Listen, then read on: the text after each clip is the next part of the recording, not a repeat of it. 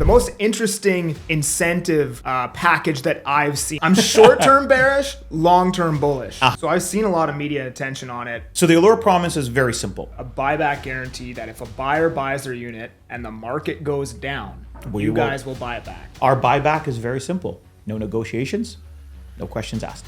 Something that I have never seen before, nor have I heard of. It is the only investment in BC, in the lower mainland at least. They would buy it back even on completion. After the completion. Oh, after completion. Correct. We believe in that area. We think the value is going to hold. So what is the risk then? I guess let's talk about that. You put $150,000 in this unit, you're making a 16% return every year for 2 years.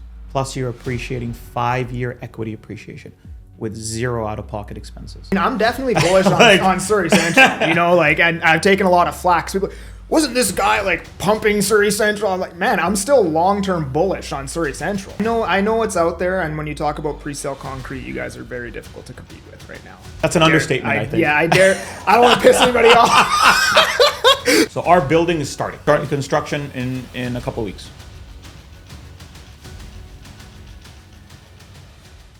All right, I'm joined here with Mohamed Mansour from Allure Ventures. Allure Ventures. We have a very interesting video today. Mohamed reached out to me. He's launching a project here in Surrey Central, SkyLiving. That's right. SkyLiving. And they've gotten a lot of attention for launching a very interesting, the most interesting incentive package that I've seen for development. So he called me up. He wanted me to take a look at it. We're on the podcast today. I'm going to kind of pick through it with a fine-tooth comb, be critical on things, maybe some things not. And so I guess, do you want to tell the guests a bit about who you are? Absolutely. Connor, you've been pretty bullish on the pre-sale market these days.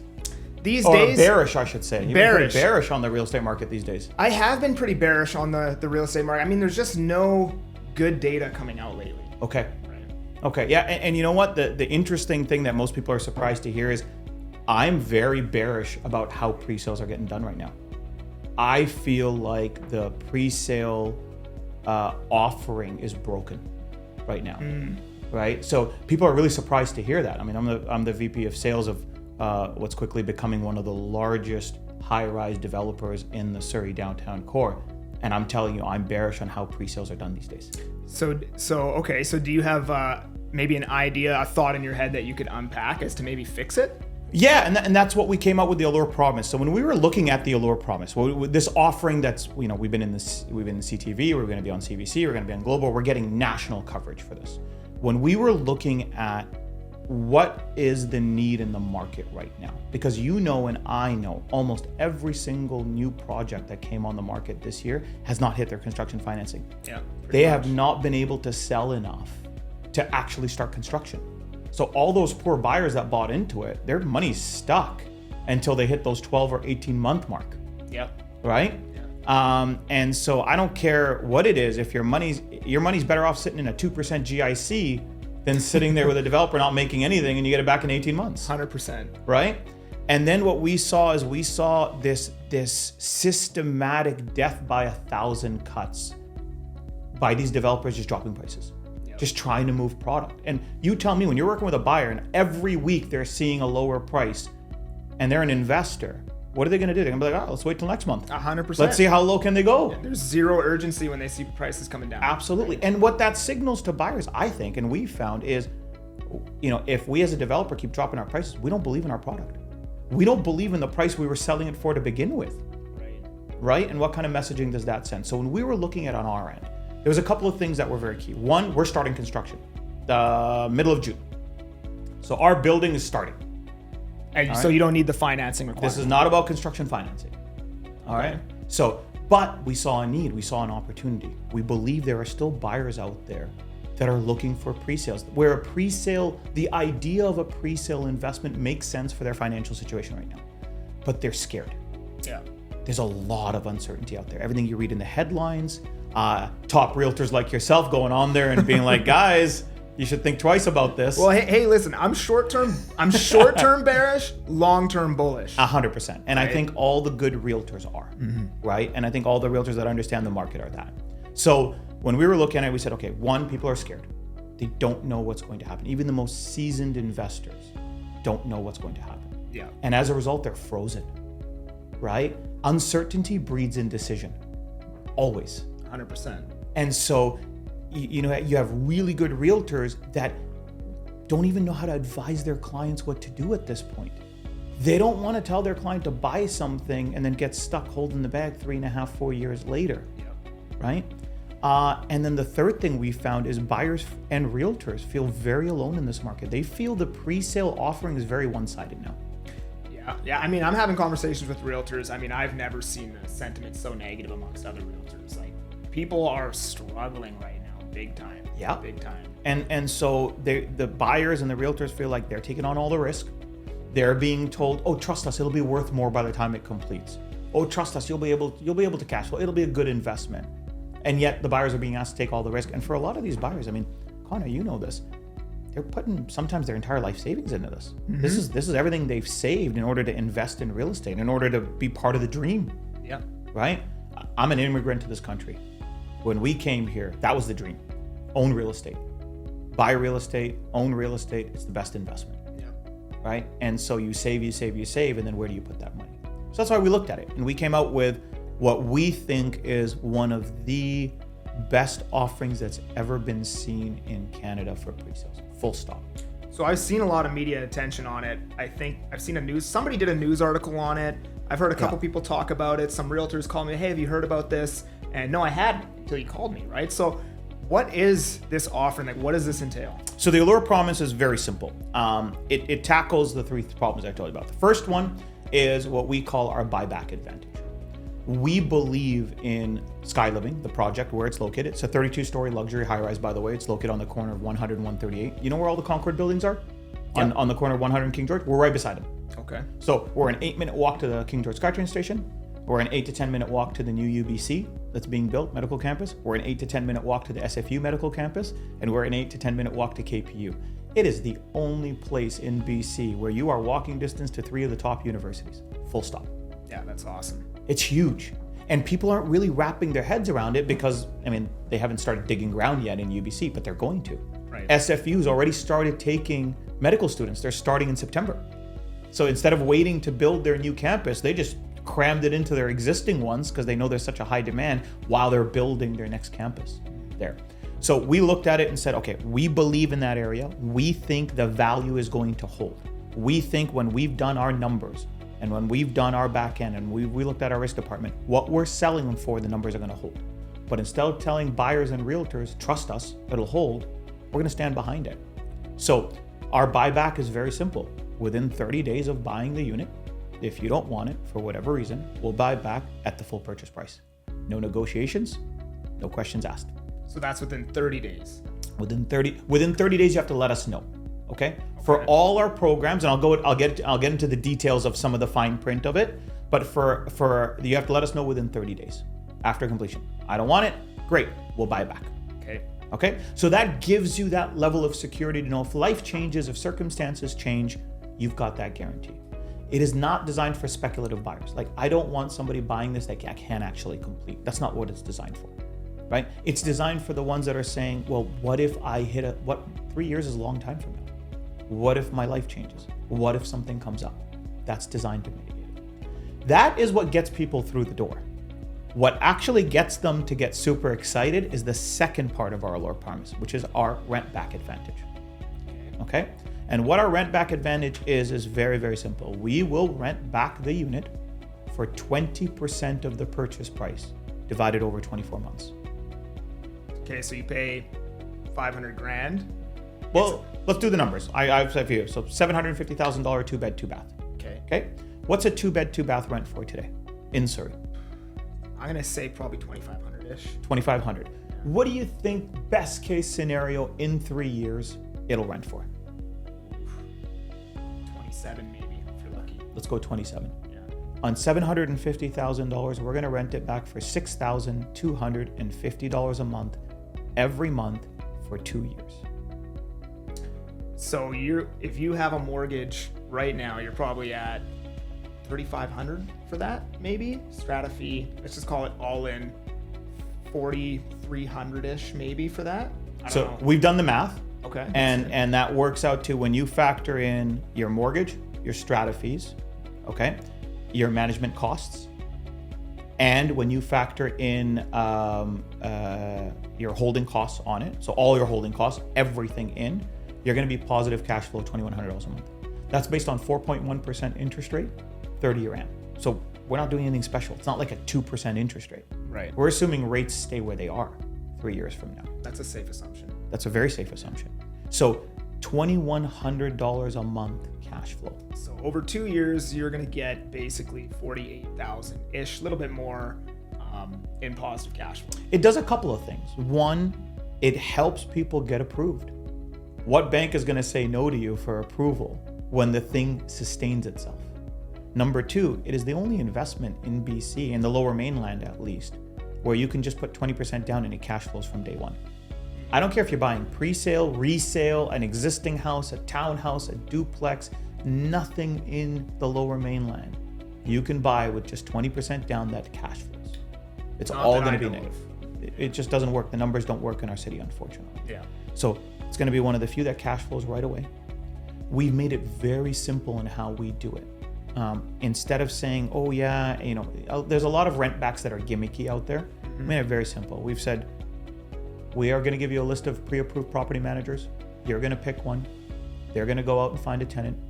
Whatever the tenant they find, say they find a tenant for $3,000 a month, every month we will top that up to the full $6,250 a month. If 6 months later the tenant leaves, we will pay $6,250 a month. If the tenant does not pay their mortgage or their rent, we will pay $6,250 a month every month for 24 months. That's crazy. So I want to talk about this guarantee again. So I was under the impression that the guarantee was they would buy it back even on completion. It's only 30 days? Yeah, no. So what happens with all our product is there's a couple of things with all these offerings that we want to make sure are very clear. One, this is designed for people that actually want to buy the unit, right? This is not designed for people that are speculating or can't complete. Like, I can't make that clear. That is not the type of buyer we want for this. And that's not a type of buyer you would sell a pre-sale condo to. Any good realtor is not going to sell to a buyer that can't complete.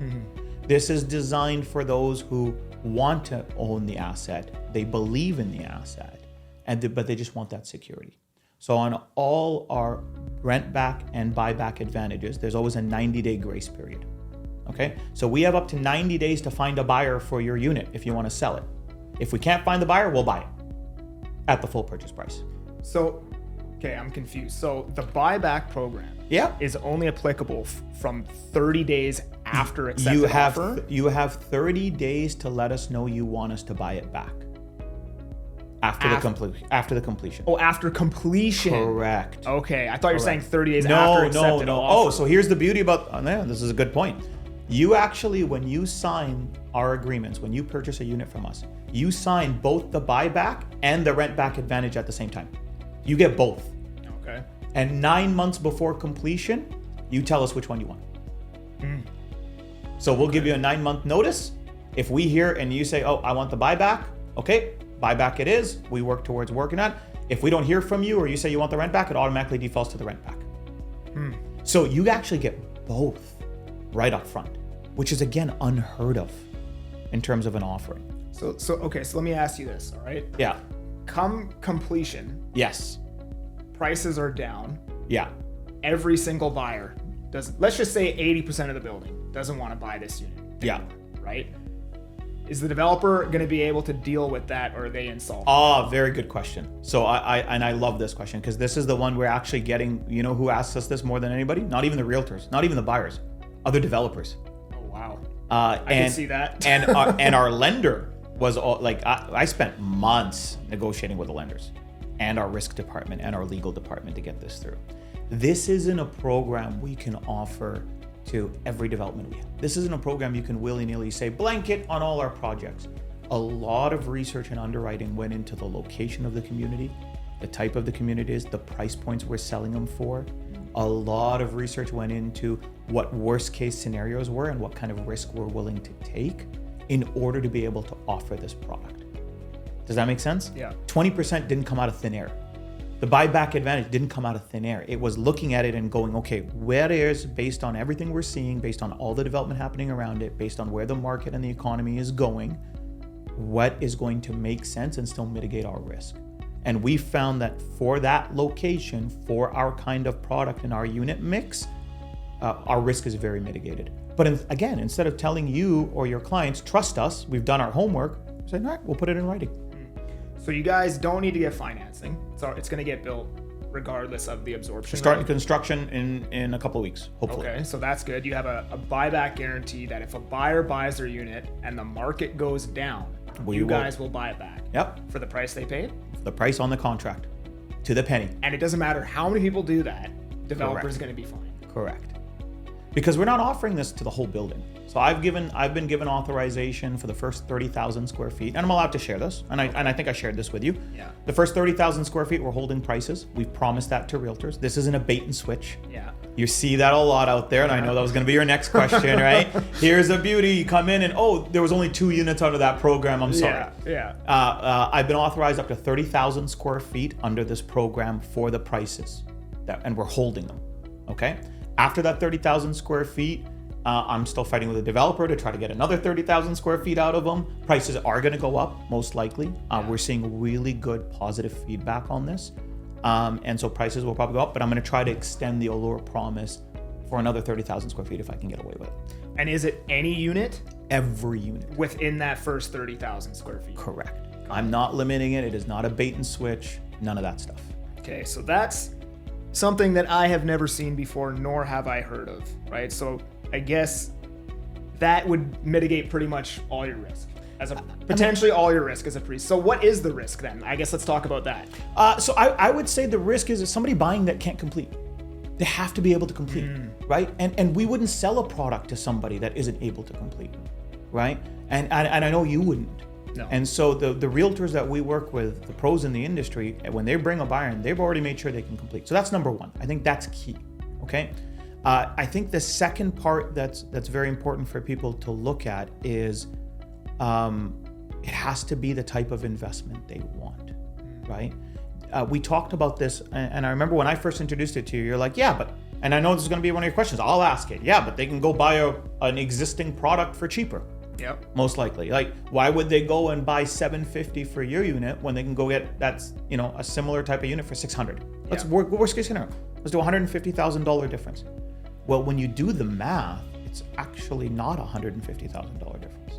If you go buy an existing product today for $600K, you're starting the tenancy right away. Your negative cash flow, $1,000 easy a month. Okay? Okay. Fast forward 3 years, you're $36,000 negative cash flow. Full stop. And that's assuming you have a tenant from day one, no vacancies, no repairs, no damages, that is best case scenario. So now, 3 years later, our project is done. Now you're matching 3 to 3. You're already down $36,000. Okay, so let me keep doing. Yeah, I'll keep going. Okay, keep going. All right. So now you're already down $36,000. Yeah. Now we're going to give you 2 years of headache-free, positive cash flow rent. Full stop. Fast forward another $24,000 negative cash flow, because rent rates, once you get a tenant in, you got a tenant in, right? And even if rent rates go up, every time that tenant turns over, you're paying $1,500, $2,000, $5,000 to repaint, to fix, to do whatever. 3 months of vacancy to find a new tenant. All of a sudden, it's the same rent rate. Now, 5 years in, you have a building that's 2 years old versus a building that's 5 years old. We're starting to get to the points where this stuff matters. You're already negative cash flow $60,000 here. Your positive cash flow almost $50,000, $60,000 here. That's a big swing. Yeah, okay. All right. And you have a new product that's 3 years newer. But if you're smart, you take that extra $2,000 positive cash flow and you don't go on vacation with it. You put it in the bank. And that will subsidize another 2 years of return where you don't have to come up with a penny out of your pocket. Now you're fast forwarding 7, almost 8 years. This building is nearing 10-year mark. This building is nearing the 4-year mark. You and I both know there's a huge difference in value between a building, a high-rise that's coming up to the 10-year mark versus one that's at the 5-year. Yeah. Because the warranties are starting to expire. The things that have a 10-year lifespan are starting to go. You're starting to see depreciation reports come back with higher stuff. And you've been positive or neutral cash flow on this the entire time. That bridges the gap to almost identical without the buyback advantage. So here's my beef with this one, right? Oh, go. Okay, You so have beef? you got the 2 beds. Yeah. I guess my personal beef with this one. So you got the 2 beds starting at 645 square feet. Yep. Right? That starting price is low 700s. Yep. This unit resale today is probably going to be under 550 if I had to guess. Sure. Maybe around 550. Sure. Somewhere in that range, Sure. depending on the floor and blah blah blah. Yeah. Right? And the views and the location and blah, blah, There's blah. so many variables, Yeah, right? And how desperate the seller is. That too, right? And the position they're in and everything, Yeah, right? yeah. So you guys are at low 700s, then GST on this. So I think your price gap is probably more. It's probably over 200,000. It's probably like, Let's say it's 2. We're not designed, and this program is not designed for the buyer that's looking to compare us against a resale. It's not the same. This is designed for those that are going out there to buy pre-sales, because you and I both know there's a market for that. There's people that don't want to put 20% now. They only want to put 10%, 15% now, right? Because there's a time value to money. 3 years of 20% tied up at negative $1,000 a month is very different investment than 3 years of equity appreciation, 0 out-of-pocket costs, and only 15% tied up, right? So when you're comparing these, I mean, the best thing I've been able to tell people is it's like you coming to me and saying, Mohamed, but this penny stock is like a fraction of the cost of the Vanguard ETF. But it's like, yeah, but the Vanguard ETF guarantees you a return. I can see that appreciating. That penny stock, yeah, it could go up a lot, but you could also go to nothing. It's not the same investment. There's different risk portfolios. There's different risk appetites there. What we're going after with our product is the people that are looking at all the pre-sales out there right now, wanting to buy one and go, oh yeah, that's a no-brainer here. Because when you compare us to any other offering on the market right now, we can't be touched. yeah, I won't debate you on that. I mean, when you talk about pre-sale concrete, I mean, I haven't seen an offering. When you talk about incentives and stuff like that, I've never seen anything close to this. I did, however, just think of another issue. Tell me. So let's just say you buy this unit for $750, right? Sure. Let's say worst case scenario, market is, let's say it's even down a tiny bit in Sure. 2029 completion. Yep. 2028, summer 2028. Summer 2028. The buyer has to complete to be eligible for the buyback. Correct. Well, what if that appraisal is coming in 200 grand?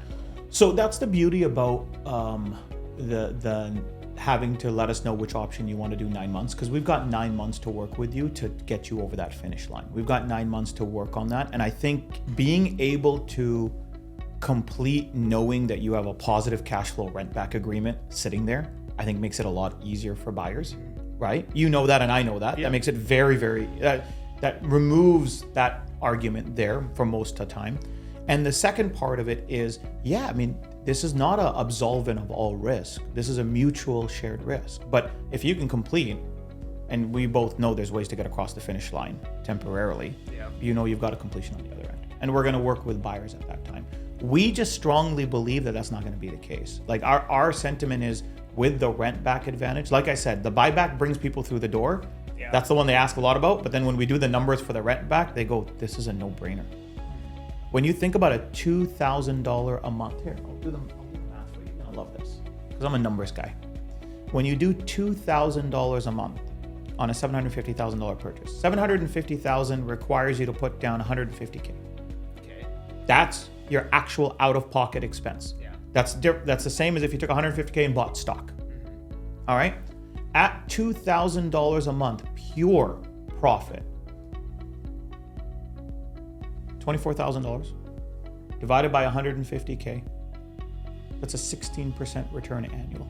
But that's also on the assumption that the valuation is exactly what you paid on completion. No. This is $150,000 invested. How much return are you making cash on cash? If you bought a stock today, or if you went and bought and put it in a GIC, cash on cash, you put $150,000 in a GIC, you're making 2.5% return. You put $150,000 in this unit, you're making a 16% return every year for 2 years. Plus you're appreciating 5-year equity appreciation. What investment gives you both? You know how we always talk about our clients, and we're like, when you're investing in real estate, you either get equity appreciation or cash flow. You don't get both. Right. You're getting both. Well, so here's the thing, right? So if you're buying at, let's just say, 750, call it. Sure. Right? And you can get the same thing maybe 2 years, 3 years old on the resale market at like, let's just say 550, right? So maybe there's like $170,000 spread, Sure. right? The market has to make up that spread before you can start appreciating. Sure. Right? So like maybe 2026, you're still down on it, right? 2027, you're still down. Maybe prices start coming up 2028. Now you're getting closer to close that gap. I love that you're doing this. Right? So here's what I would say to you as a realtor. If I came to you and I said, how confident are you that values are going to be way better in 8 years from now? I would say I'm pretty confident in that. Yeah. Right? So you've got 3 years for construction. You've got 2 years positive cash flow. If you take that $2,000, because remember, you got to deal with smart investors, and you add that for another 2 years subsidy where you're not paying anything out of your pocket, right? Now you've got 7, almost 8 years of equity appreciation with 0 out-of-pocket expenses. You're telling me you're not bullish about that 8 years from now? In an area where you have 3 of the top universities, what's going to be one of the biggest teaching hospitals this side of the river, Surrey Memorial, as it's growing. You've got the Lark Group having already completed 3 on the way to a 4th high-rise with a technology hub.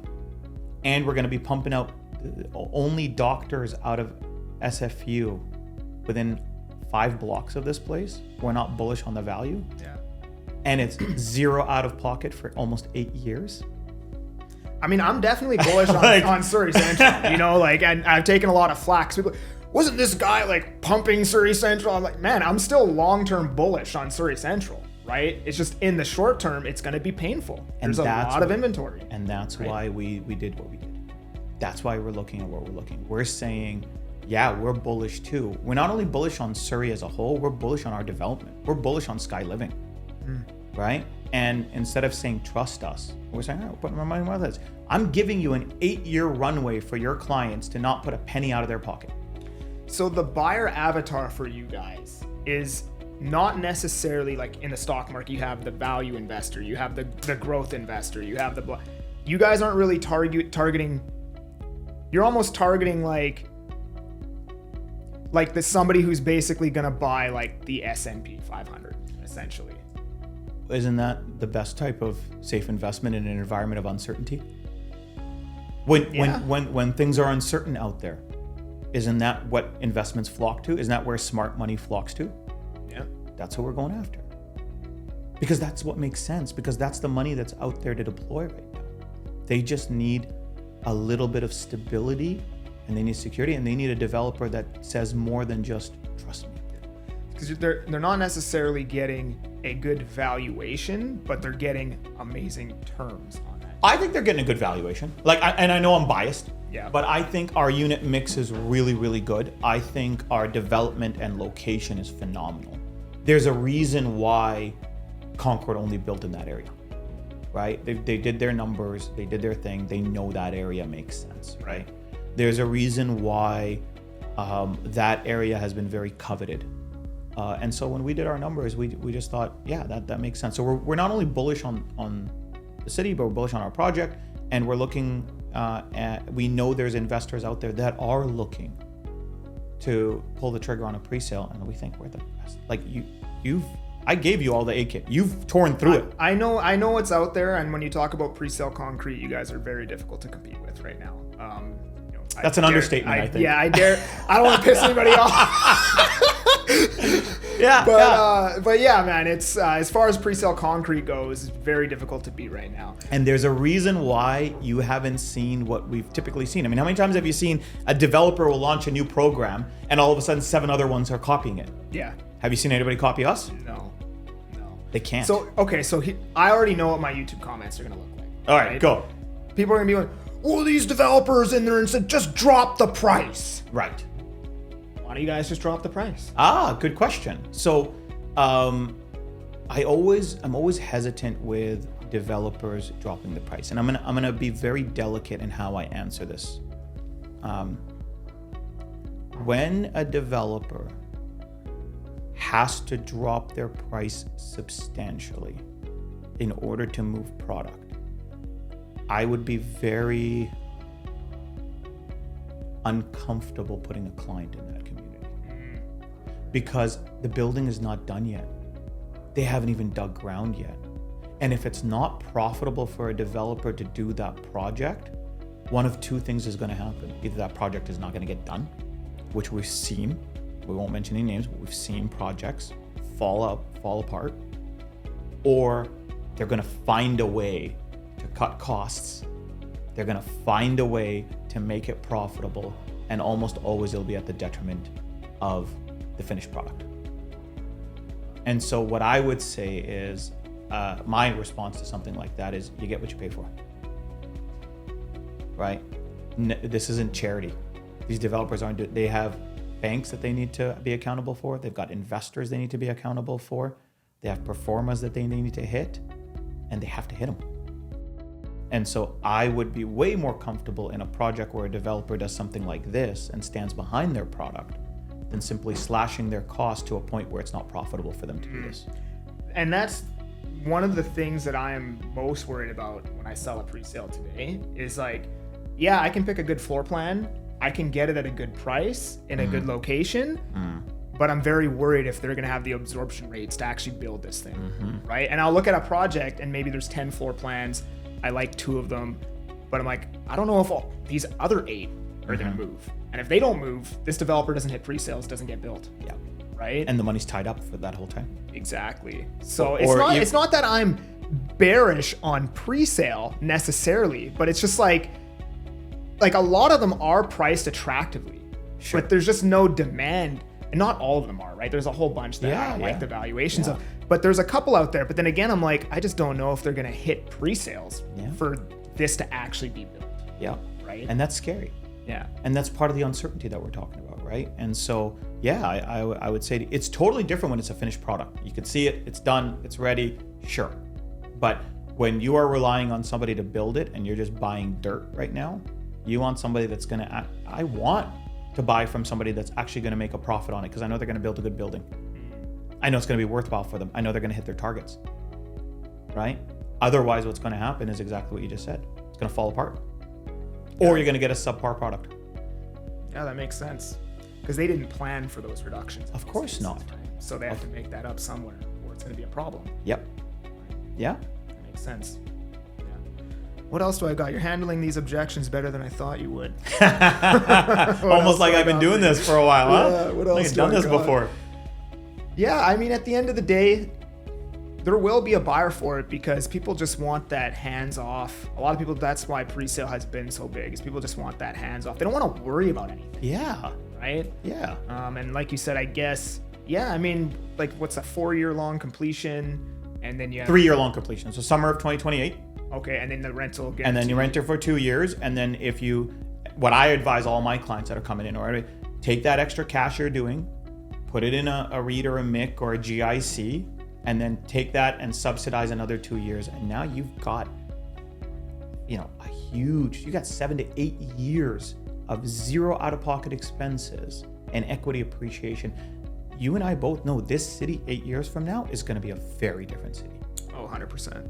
I think by then we'll exceed Vancouver's population. Yeah, we're expected to. Yeah, Surrey Central just needs more amenities, I think. Yeah, that's what Surrey. Yeah, don't even get started on it's that. coming, but that's the main thing that's missing. Is like we need like a cactus club. Yes, like we need stuff to do here. Yeah, man. yeah. We need a strip where people come out and they enjoy. Yeah. Right, just like they have in Yaletown, just like that. You need somewhere where they can come out in business, and I think that is coming. Yeah. What happens oftentimes is, here's a controversial point. I'm going to tell you something because I struggle with this. All right, maybe you want to include this in your podcast, maybe you don't. Affordable housing. Mm-hmm. Okay, you hear this a lot. Yeah. Affordable housing. We just got to build more. You know that the data shows when you densify an area, it is the exact opposite. It actually makes housing more expensive, not cheaper. Oh, 100%. High rises make housing more expensive, not cheaper. Yeah. Because what happens is when you densify an area, all the amenities start to come in because they want to be where the people are. All the businesses come in. And now all the people want to live there. They want to live close to the amenities. And so the value of these assets actually goes up. That's why downtown cores are more expensive than suburbs, right? Affordable housing is like what you see in Edmonton, where they can just spread out. Suburban developments create affordable housing.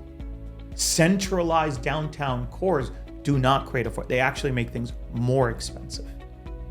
Right? I hear you, man. I've been saying not exactly that, but this, I don't understand this affordable. I don't understand how you make it happen. It doesn't make any sense. Like you spread out. Yeah. You spread out, but the problem is with that is we are geographically locked. You've got mountains, ocean, and a border. Yeah, but the problem with that is the places that are spread out are already affordable. Edmonton, Winnipeg, you know what I mean? Like the places where you can actually do this type of housing. Yes, but that's why they're affordable. Yeah. But that's why they're affordable is because they can do it. And that's my beef with it, right? I'm like, where are you going to do that here? Like, are you going to knock down 500 houses in Vancouver and do manufactured homes? Like, right? Those aren't going to be $300,000. And so and this is my point. So when people look at this, like as we continue to densify the downtown Surrey core, which is going to continue to happen, it's going to get more expensive, not cheaper. Right? As the amenities start to come in, as the cactus clubs of the world start to come in, as the Earls start to come in, as the universities start to get up and running, as you start to see massive, like gyms are going to start coming in this area. You're going to see Surrey Central, the owners of Surrey Place Mall, have a massive high-rise project in the works right now that's all commercial. As you start to see things like that happening, prices are going to go up as people want to continue to live closer and closer to these amenities. Yeah, I think once the amenities come, the idea of Surrey Central will change because right now it's like an investor hub. People are like, the future lives here, right? Okay. Or whatever, right? But as the amenities get added, people will want to live there. It will become more end user. Right. And that's it. And we see that transition anywhere. Anywhere there's massive development, it starts off with the investors first believing in the area and investing in the area. And then as the products get built, then you start to see end users coming in, then you start to see buyers coming in. Because most people that are buying a project that's going to be done in 3, 4, 5 years are not buying to live in it. No. Right? Most people are buying it as an investment to do it, and then the next round of people are buying it to move into it and live in it. Yeah. So that I think we're very, very bullish on where Surrey's going to go, and that's one of the reasons why 99.99% of our high rises are here. Yeah. Well, hey man, there's probably not too many people like yourself out there that are involved on the listing side of a project that would come on a public platform and be asked these hard objections like this. So props to you, man. And for the people watching, there's not too many people who would be willing to do this, just so you guys know, right? Yeah, and it's only for a limited time.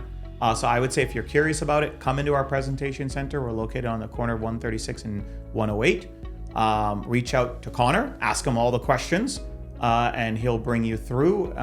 But it's an amazing program, and it is what you see. Sweet. Appreciate you for coming on, man. And if you're still watching, like, subscribe. If you want to chat with me about buying or selling in the Fraser Valley, link down in the description. I'm that Agent Kelly. I'm making moves to move you. Peace.